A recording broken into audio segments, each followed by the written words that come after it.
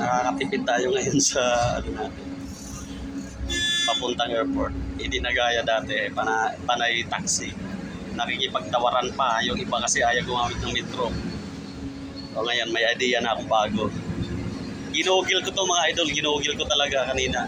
Sinerch ko kung mayroong pass na, ang alam ko kasi mayroon na eh. Kaya ginawa ko kanina ni research ko sa Google. Tapos nakalagay doon, Victory nga. Ayun, hinanap ko Victory dito sa Pasay. O diba, nakasave tayo.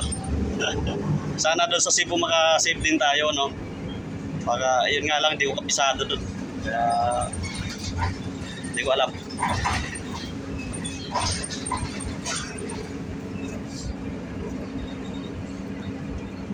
Problema doon sa Cebu, baka taxi talaga, di ko kapisado doon. Lalo na gabing-gabi yung dating. Midnight na almost. Midnight talaga.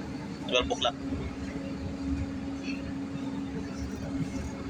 Yun nga lang, medyo matraffic. Nasa isa pa kami. Papuntang airport. Kaya see you later, Cebu.